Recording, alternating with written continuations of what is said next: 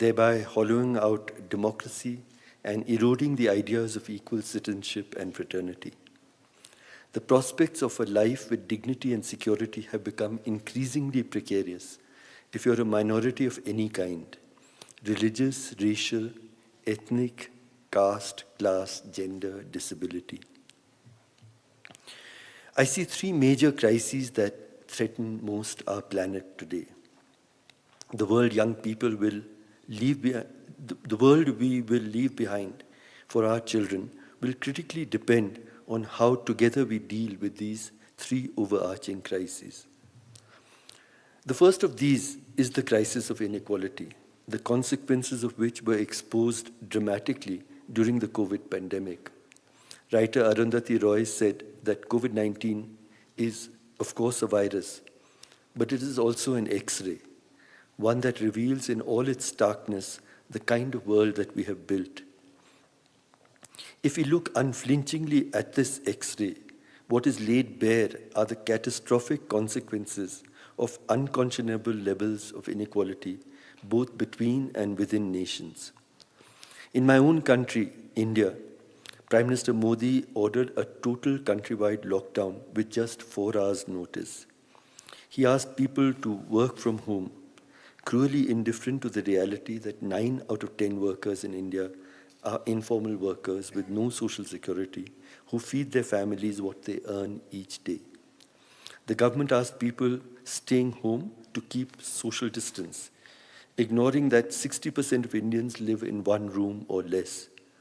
And in slums, sometimes 150 people share the same common toilet. Then how could one keep any kind of distance? People were asked to wash their hands regularly when the majority have no access to running water. The consequence of this was the calamitous outbreak of mass hunger, joblessness, and dislocation of a kind and scale that I have not witnessed all my life. The second is the crisis of our catastrophic failures to address the threats of climate change, and even less in ways that always keep equity at the core. But the third crisis is what I would most want to focus on, and that is the crisis of our failure to live with peace and goodwill with people we see as different.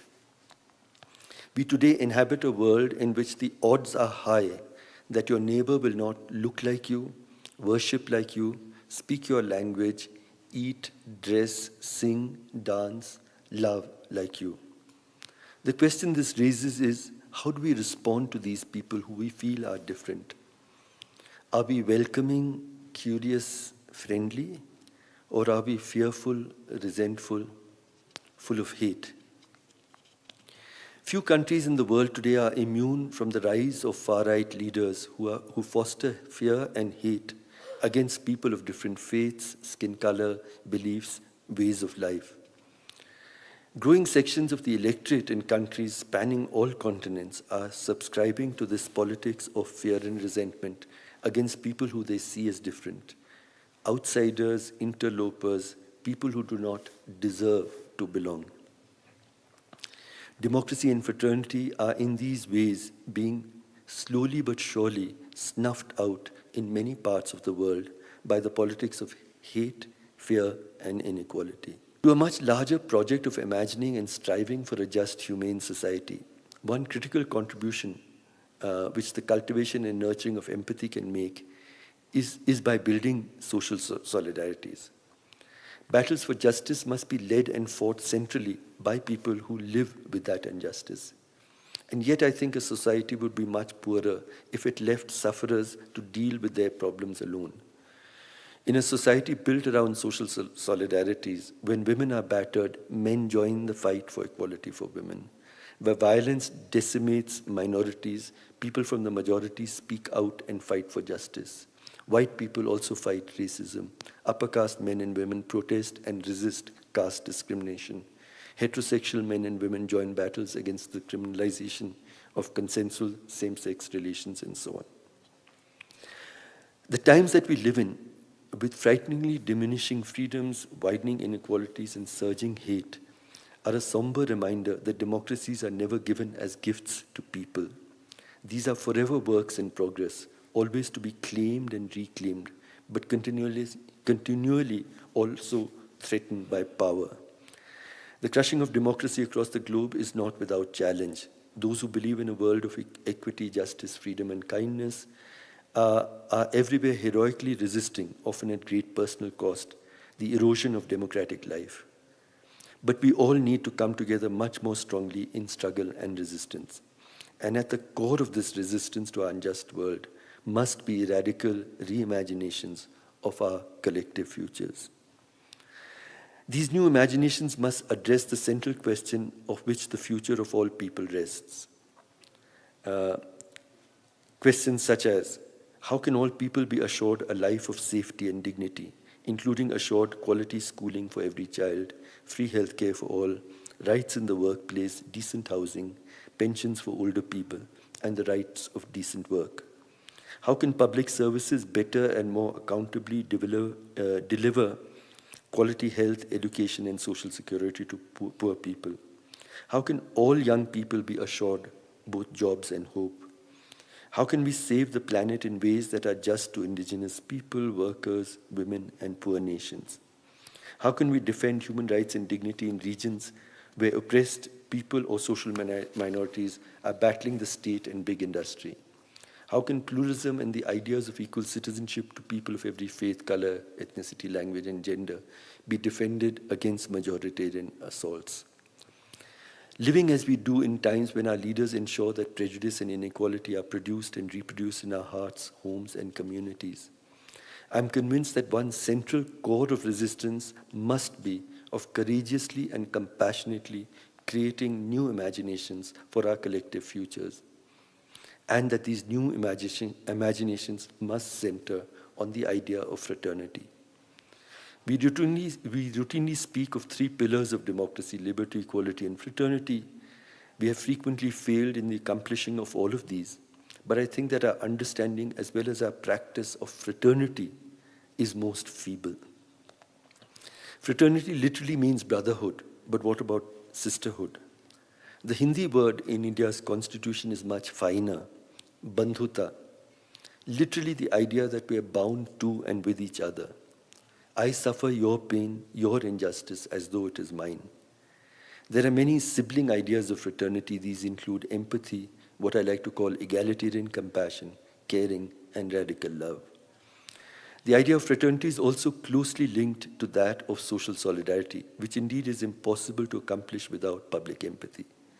This is the daily lived realization that human beings who look different, wear different clothes, worship different gods, speak different languages, have different political persuasions, actually have exactly the same intrinsic human dignity and experience the same emotions, dreams, hopes, despair, pain, happiness, anger, love, triumphs, and defeats that we do, and therefore are entitled to lives with the same dignity, hope, and security that we do.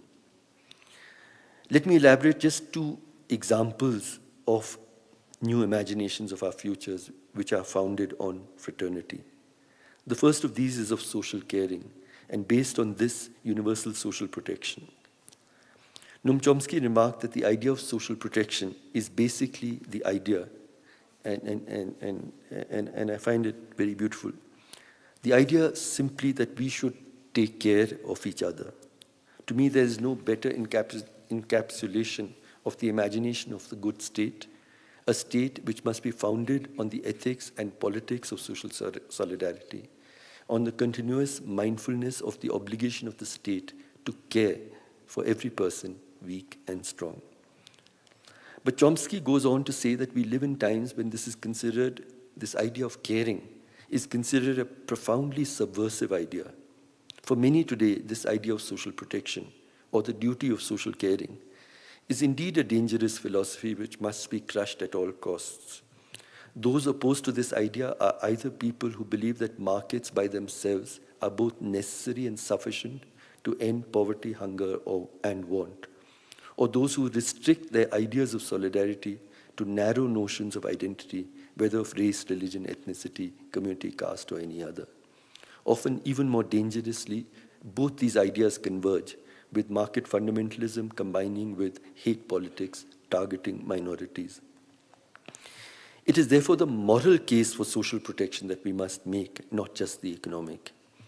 It is not in the nature of markets to care for people who are not useful, considered useful in a direct utilitarian way, as producers or consumers. We are easily persuaded when the state tells us that it simply doesn't have the money to ensure that every child gets nutritious food and good schooling, or that old people do not have to sleep hungry, or that homeless people do not have to sleep out in the cold, or that children do not have to die simply because their parents can't afford health care. These are people for whom the markets can never work. We are being convinced that markets will get to them one day, and until then, they can do nothing better than wait and suffer patiently, without complaint and without resistance. We must robustly oppose their being thrown into the already crowded zone of our collective amnesia. We must also question the assumption that the pursuit of the highest pace of economic growth should be in itself the highest goal of society. A market society pursues exclusively the goal or mirage of rapid economic growth. A good society must also preoccupy itself with everyone left out of this growth story. For this, people of every social class and identity must be involved in a huge public debate about what is that floor of human dignity below which no human being should be allowed to fall. For me, we should imagine or build a new social contract in which no child will sleep hungry, no child will sleep under the open sky, no child will be sent out to work instead of to a school which is as good as a school for any child her age. No person will be subjected to discrimination or violence because of her identity. No person will be denied free, good quality health care, and no person will have to work or beg to live with dignity. We must demand that we find the resources for all this by greater taxing of the rich. For all of this to be possible, we first must reclaim that idea which Noam Chomsky spoke about, that we owe it to each other as human beings, that we take care of each other. Injustice to you is chains also on my feet. Your hunger torments me. Your pain brings tears to my eyes. Our imaginations for our shared futures require the nurturing of these ideas of solidarity and fraternity, of